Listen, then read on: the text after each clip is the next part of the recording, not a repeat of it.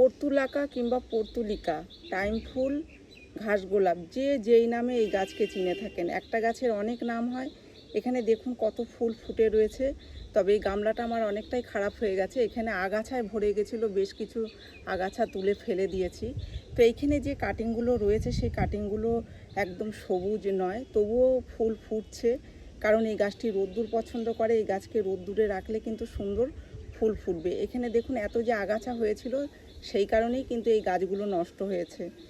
তো তবে রোদ্দুরেই ছিল, সে কারণে ফুলও ফুটে যাচ্ছে একই রকমভাবে। এখানে আমি কয়েকটি কাটিং এই যে কেটেও নিয়েছি, তো আরও এখান থেকে কিছু কাটিং কেটে নেব, যেগুলো বসাবো।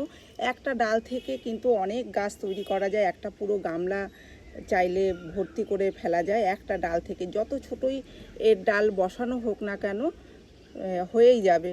আবার বড় যদি কাটিং আপনারা বসাতে চান, তাহলেও কিন্তু বড় কাটিংও হয়ে যাবে, যে কোনো ধরনের কাটিং হয়ে যায়। তো এইখানে দেখুন এই যে গাছ রয়েছে, এই গাছ যখনই দেখা যাবে এরকম অনেক কুশি বের হচ্ছে, তখন কি করতে হবে, এই আগাগুলোকে কেটে ফেলতে হবে। এইভাবে আগাগুলোকে যদি কেটে ফেলা হয়, তাহলে যে কুশিগুলো বের হচ্ছে, সেই কুশিগুলোতেই কিন্তু একটা ডাল বসালেই কিন্তু পুরো ঝাঁক তৈরি হয়ে যাবে, মানে একটা বড় সাজি গামলা সমস্ত কিছু ভর্তি হয়ে যাবে। তো আমি এখানে যে মাটিটা নিয়েছি, এটা টবের পুরনো মাটি, সেই মাটিতে কিছুটা গোবরের সার মিশিয়ে দিয়েছি, দিয়েই এই কাটিংগুলো বসিয়ে দেবো। তো এখানে আমি এই কাটিং বসিয়ে দেবো, খুব সহজেই কিন্তু এই টব ভর্তি হয়ে যাবে। এই দেখুন আমি এই আগাটা এইভাবে ফেলে দিচ্ছি, যাতে করে অনেক কুশি বের হয়।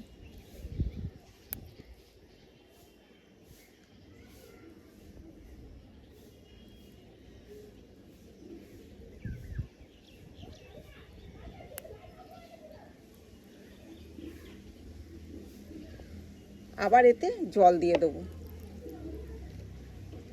দিয়ে এরকম জায়গায় রেখে দেবো। এই যে এই গাছটার নিচে এখন রেখে দেবো।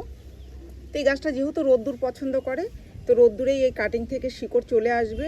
এখন তো বর্ষা, বৃষ্টি চলছে, তো বর্ষাকাল, এখন রোদ্দুর নেই ছাদে, তো আমি এরকমই রেখে দিচ্ছি। রোদ্দুর উঠলেও কোনো অসুবিধা হবে না, দেখা যাবে 2-3 দিনের মধ্যেই এর থেকে শিকড় চলে আসছে। তো খুব সহজেই এই গাছগুলো করা যায়, আর এরকম সুন্দর কিন্তু ফুল ফোটে, দেখতে ভালো লাগে। টাইম ফুল বলা হয় কারণ এটা একটা টাইমেই ফোটে, আবার একটা টাইমেই বুঝে যায়। ধরুন 9টা-10টার দিকে যদি এই ফুলগুলো ফোটে, আবার এই 1টা-1:30টার মধ্যেই বুঝে যায়। তো সেই কারণেই একে টাইম ফুল বলা হয়েছে। 9টার মধ্যে, মোটামুটি 9টার মধ্যেই ফুলগুলো ফুটতে শুরু করে। খুব সুন্দর লাগে। ঘাস গোলাপ বলা হয়, দেখুন গোলাপের মতোই দেখতে অনেকটা, এই কারণে একে ঘাস ফুলও বলা হয়। তো খুব সহজে এই গাছগুলো করুন, নার্সারি থেকে কিনে আনুন, কিংবা কোথাও যদি দেখতে পান, দুটো ডাল চাইলে যে কেউ দিয়ে দেবে। এই গাছ একবার যার বাড়িতে এনে বসায়, এই গাছ সহজে নষ্ট হয় না।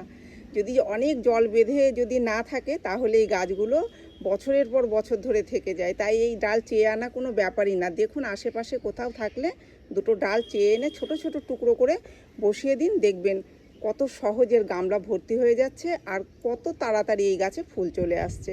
রোদ্দুর পছন্দ করে, তাই একে রোদ্দুরে রাখবেন, আর গোবরের সার কিংবা পাতা পচা সার দিয়ে বসাবেন, খুব ভালো গাছ গ্রো করবে, আর ভর্তি হয়ে ফুলও ফুটবে, আর ভর্তি হয়ে ফুলও ফুটবে। আর যদি ভার্মি কম্পোস্ট থাকে, ভার্মি কম্পোস্টও দিতে পারেন। যে কোনো জৈব সারেই এই গাছগুলোকে খুব সহজে করা যায়। রোগ পোকা তো আমি এই গাছে দেখি না, তবুও যদি মনে হয় তো নিম তেলের স্প্রে করে দেবেন মাসে একবার, তাহলেই দেখবেন এই গাছ খুব ভালো থাকছে। তো এই ছিল আজকের ভিডিওটি এখানেই শেষ করছি। যদি ভিডিও ভালো লাগে একটি লাইক করে দেবেন, আর চ্যানেলটিকে সাবস্ক্রাইব করবেন। ধন্যবাদ।